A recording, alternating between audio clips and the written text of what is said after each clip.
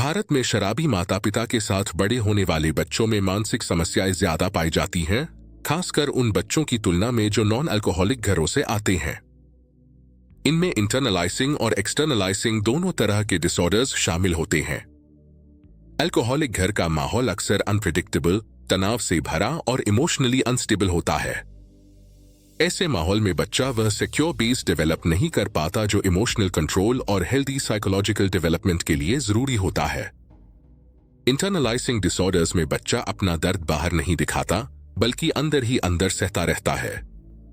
भारत में सीओएस में ये प्रॉब्लम्स बहुत कॉमन हैं, लेकिन अक्सर टीचर्स और रिलेटिव्स इन्हें नोटिस नहीं कर पाते। ऐसे बच्चे अक्सर क्वाइट, ओबीडियंट या विड्रॉन दिखाई देते हैं, या उनका एक सर्वाइवल मैकेनिज्म होता है ताकि वे खुद पर या फैमिली सीक्रेट पर अटेंशन न जाए। अल्कोहलिक घरों में रहने वाले बच्चे अक्सर क्रॉनिक हाइपरविजिलेंस डेवलप कर लेते हैं।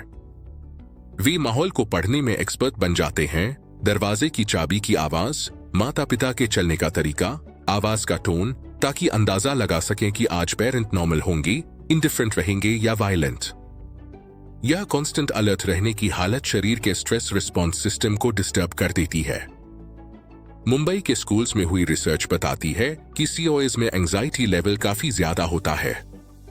खासकर बड़े बच्चों में general anxiety, obsessive thoughts, physical injury का डर ज्यादा देखा गया। यह एंजाइटी सिर्फ जनरल नहीं होती, बल्कि अक्सर खुद की और नॉन अल्कोहलिक पेरेंट की सेफ्टी से जुड़ी होती है। सेपरेशन एंजाइटी भी कॉमन है, क्योंकि बच्चा स्कूल में रहते हुए घर में कुछ गलत हो जाने से डरता है। डिप्रेशन भी इन बच्चों में एक कॉमन प्रॉब्लम है। इसकी जड़ है पेरेंट की एडिक्शन को कंट्रोल, क्योर या कोप न कर पाना।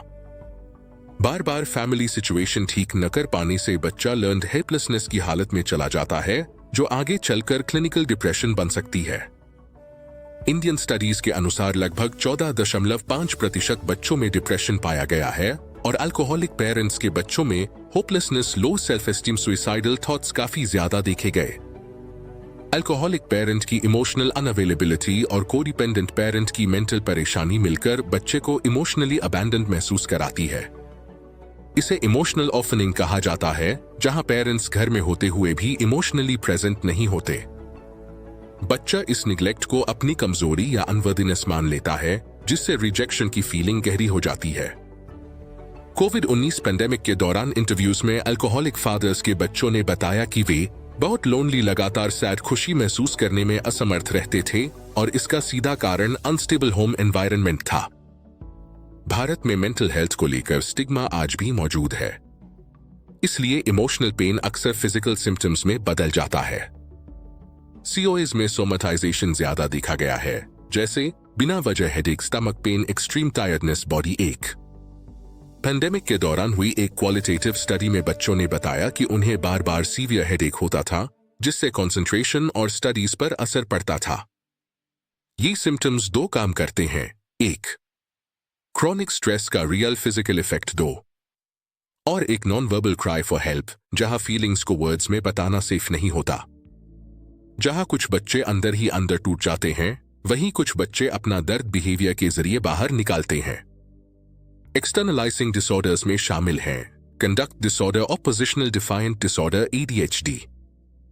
रिसर्च बताती है कि अल्कोहलिक फादर्स के बच्चों में इंपल्सिव बिहेवियर, अग्रेशन ज्यादा होता है।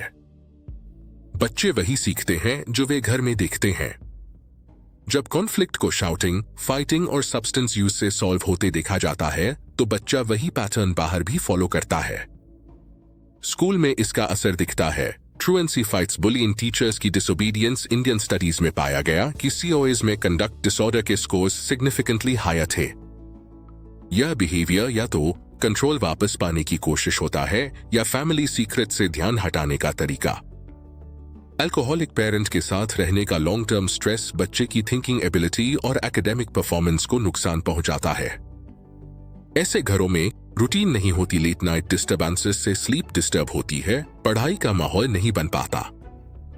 अक्सर बड़े बच्चों को पेरेंटिफाइड कर दिया जाता है, उन्हें घर और छोटे सिबलिंग्स की जिम्मेदारी दे दी जाती है, जिससे पढ़ाई पीछे छूट जाती है।